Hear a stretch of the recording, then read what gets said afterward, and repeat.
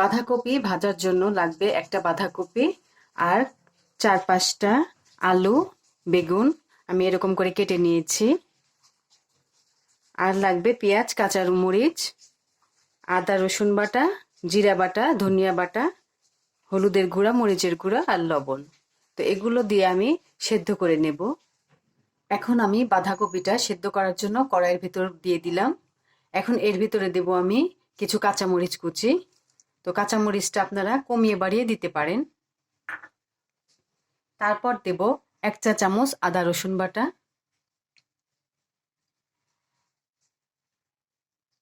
1 চা চামচ জিরা বাটা, 1 চা চামচ ধনিয়া বাটা। এগুলো আপনারা গুঁড়া ব্যবহার করতে পারেন। তো গুঁড়া দিলে সেটাও আধা চা চামচ করে দিবেন বা 1 চামচ করে দিবেন। তারপর দেব আধা চা চামচ হলুদের গুঁড়া, আধা চা চামচ মরিচের গুঁড়া আর দেব স্বাদ মতো লবণ।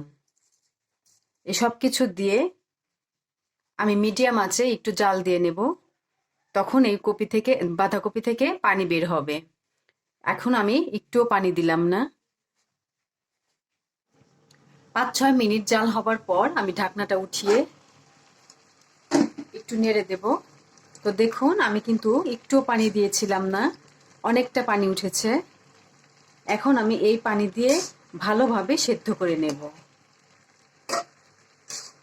এটা সেদ্ধ করতে একটু টাইম লাগে। আমি এটা আরো ঢেকে রাখবো। 10 থেকে 12 মিনিট জাল হওয়ার পর এটা সেদ্ধ হয়ে গেছে। এখন আমি এটা ঢেলে কড়াইটা ধুয়ে নেব। কড়াইটা ধুয়ে আমি বসিয়ে দিলাম চুলাতে। এখন কড়াইটা গরম হয়ে গেছে। তেল দিয়ে দেব আমি 2 টেবিল চামচ সয়াবিন তেল। এখন আমি তেলটা গরম হয়ে গেলে পেঁয়াজ কুচি দিয়ে দেব আধা কাপের মতো।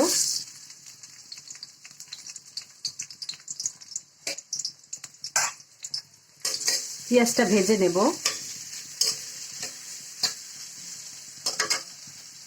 আর দেব একটা তেজপাতা।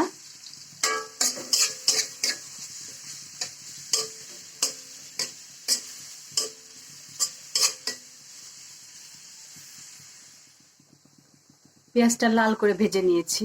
এখন আমি এর ভেতরে দিয়ে দেব 5 ফোড়ন, কেউ ডাল সম্বারাও বলেন।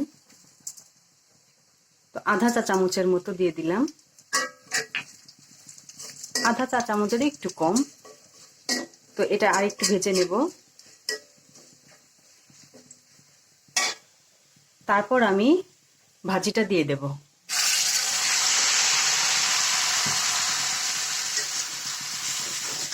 ভাজিটা এর ভিতরে দিয়ে এখন আমার আরো কিছুক্ষণ ভাজতে হবে।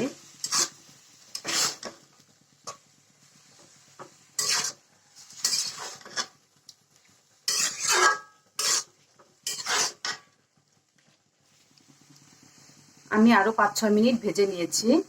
তো আমার ভাজিটা এখন হয়ে গেছে। আমি এখন চুলাটা বন্ধ করে দেব। ভাজিটা আমি এখন পরিবেশন করছি। তো এই ভাজিটা রুটি দিয়ে খেতে বেশি ভালো লাগে। তো আমার রেসিপিটা যদি ভালো লেগে থাকে তো অবশ্যই আমার চ্যানেলকে সাবস্ক্রাইব করবেন। আল্লাহ হাফেজ।